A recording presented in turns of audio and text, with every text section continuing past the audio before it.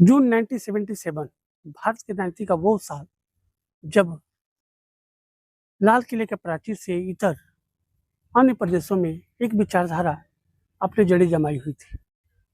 जी, हम बात कर रहे हैं वामपंथ की, जिसकी आज 49 वर्ष के बाद जिस तरह से केरल में एलडीएफ की जो हार हुई है, उसके बाद से यह जो युग रहा वामपंथ का, अब पूरे देश से खत्म हो गया है। महत्वपूर्ण क्या रहा कि अब किसी भी स्टेट में, किसी भी राज्य में वामपंथ की अब अपनी कोई सरकार नहीं है, जिसके मुखिया वो खुद। इसकी शुरुआती दौर की अगर हम लोग बात करें, इसका जो श्रेय जाता है वामपंथ की, अगर हम लोग बात करें इसकी जो शुरुआती दौर की अगर हम लोग चर्चा करें, तो जो रमेश रहे, EMS जो नंबूदरीपाद रहे हैं, उन्होंने इस वामपंथ की जो विचारधारा थी, इसको सबसे पहले उन्होंने बोया। और नेहरू गांधी के दौर में पहला बार कोई गैर कांग्रेसी सत्ता में आई, जिसने राजनीति में भूचाल ला दिया था। उसके बाद कॉमरेड ज्योति बसु ने 23 साल तक बंगाल में एक लंबा सफर तय करने के बाद, एक लंबा ज्योति बसु का करियर रहा, एक कीर्तिमान रचे थे बंगाल में। बंगाल से वामपंथ खत्म होने के बाद त्रिपुरा में मानिक सरकार ने इस झंडे को अपने हाथ में लिया। त्रिपुरा से जब वामपंथ की विदाई हुई, तो केरल में जो पानियन विजयन है, उन्होंने इस झंडे को अपने हाथ में थामा।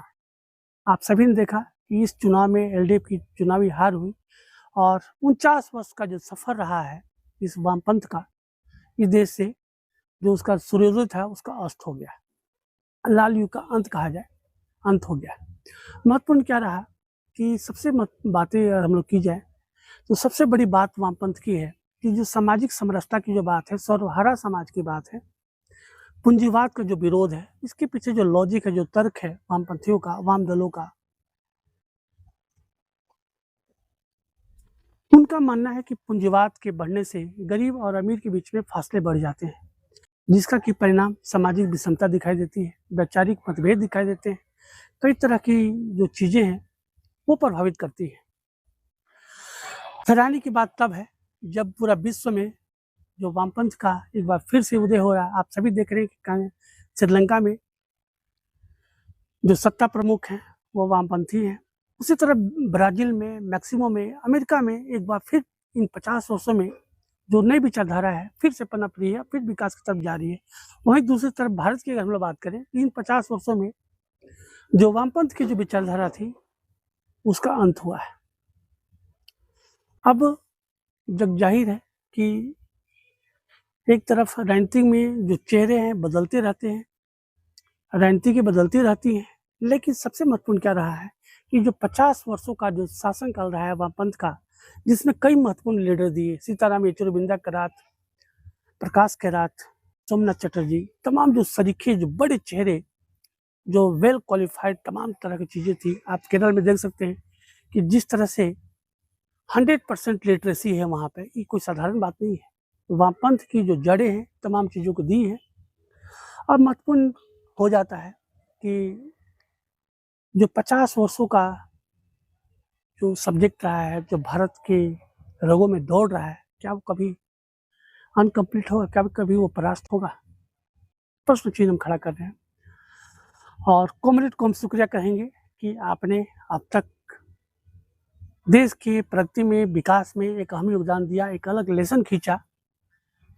और आशा करेंगे कि आगे आने वाले समय पे जो वामपंथ की विचारधारा है एक बार फिर से वापसी करेगी, क्योंकि जिस तरह से देश में जो स्थिति बन रही है, जिसमें जाति विहीन समाज की जो संरचना है, वर्ग चेतना की जो बातें हो रही हैं, अब महत्वपूर्ण रूप से धर रही हैं। कहा जा सकता है कि जिस तरह से एलडीएफ का जो चुनावी हार हुआ है, उसके बाद से ही जो दिया है बुझा है, लेकिन इसकी जो विचारधारा है वो रगों में अभी भी बह रहा है।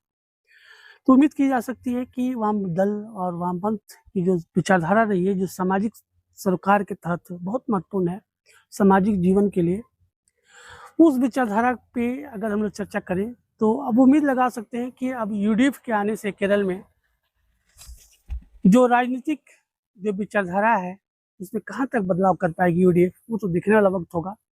लेकिन लाल झंडे के लिए, लाल युग के लिए यह जो साल रहा है बहुत बुरा रहा है। यह जो लास्ट सत्ता की जो शीर्ष कुर्सी थी केरल में विजयन पर्जियन के लिए तौर पे देखा जा सकता है, उनकी हार हुई है।